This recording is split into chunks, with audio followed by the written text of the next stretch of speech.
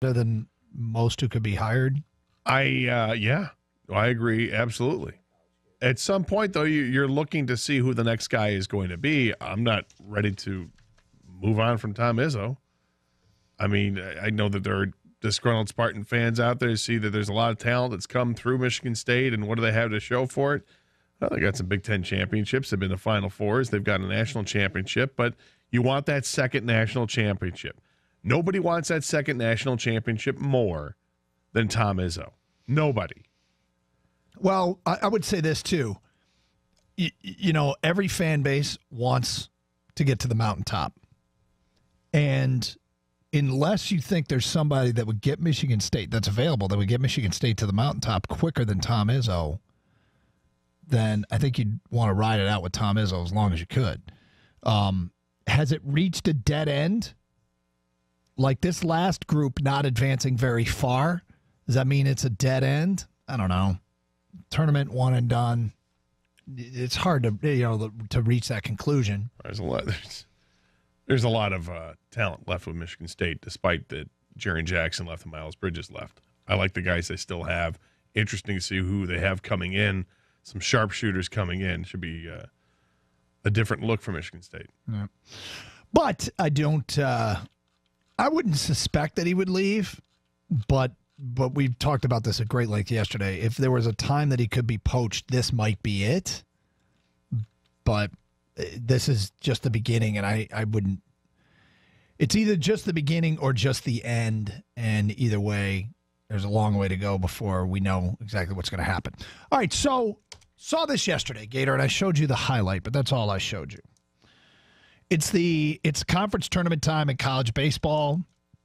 Unfortunately, yesterday, Michigan State lost on a walk-off to Indiana. They're out. Michigan lost on a walk-off to Purdue. They play Ohio State in an elimination game later today in the Big Ten tournament. But in the Southeastern Conference, LSU was playing South Carolina. And the game went to extra innings. And it's in the 12th inning, and LSU, and believe me, we're playing this for a reason.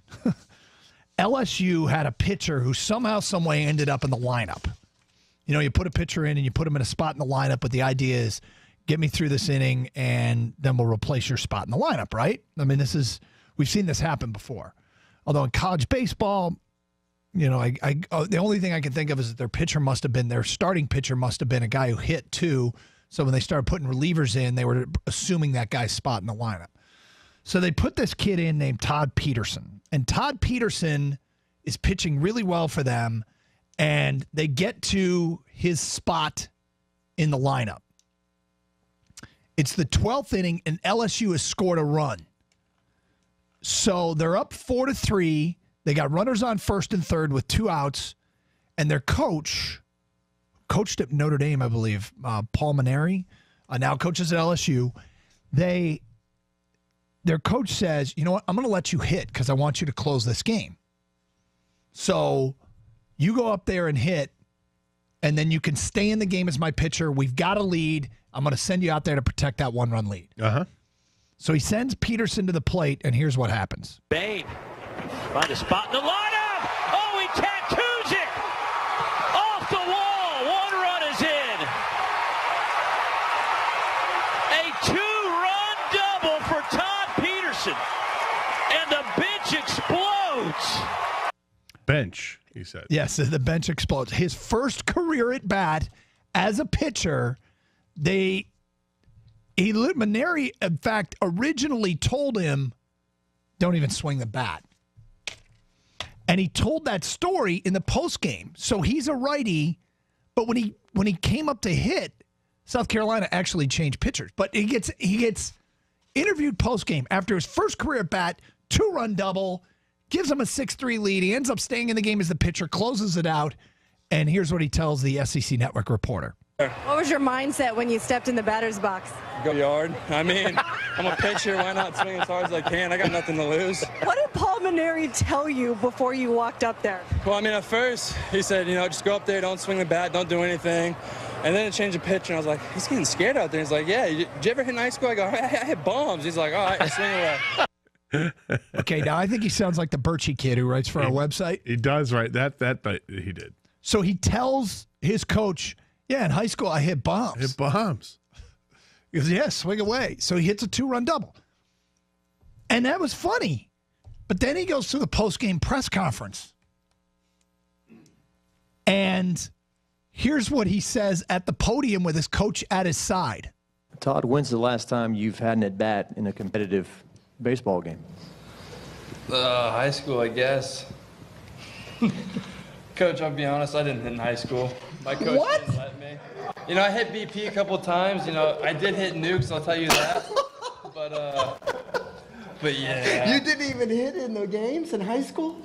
No. They wouldn't let me. They wouldn't get hurt, you know, but I guess it paid off. All the So you lied to me? Coach, I wanted to swing. I had to. Thank you for lying to me, Todd. Well, yeah. Wow. He made it up. Well, here's what's. Is it more unbelievable that he made up the story that he hit in high school and hit bombs? Yeah. Or is it more unbelievable that his coach didn't know? Because don't you recruit these players? You do. It's a big-time program. This isn't like, look, any program treats it like it's big time. They know who these players are. They know what these players do. Come on. Well, there's a few things about it. One is a lot of recruiting gets done at camps now with baseball. And they're looking at how hard you throw or what's your exit velocity when you hit the ball.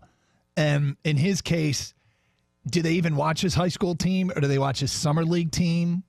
Of course they watch the high school team. Look, this is LSU. I know, but Of course they watch high school. I think they recruit off summer league teams more than they do high school. They recruit off of both. One may weigh more than the other, but there's no way they don't look at his high school career. There's no way. I'm not so sure. There's no way. I'm not so sure. How is it that you're not so sure? I guess because I've watched family members get recruited for baseball, and it all happens in the summertime and not during the high school season. So there isn't no scouts come out and watch out. Watch. I didn't say no. I didn't say no scouts, but I think they watch their summer league teams, their travel teams more than they watch the high school. I teams. didn't disagree with that. I'm just saying there's no way they don't look at high school. There's no way they ignore high school. I didn't say ignore. I think it's possible that he didn't see him. That when he went to see him play in high school, he went to see him pitch and didn't know he didn't hit. Every bio will say what they did in high school. They might, but so and so was also a great hitter and hit 348. And they might, but I could see how a coach wouldn't know that. Anyway, I love the story, and I love the fact that he lied to him. And did you hear what he said? He didn't say bombs the second time around. Nukes. Nukes. He had nukes. Oh, it cracks me up.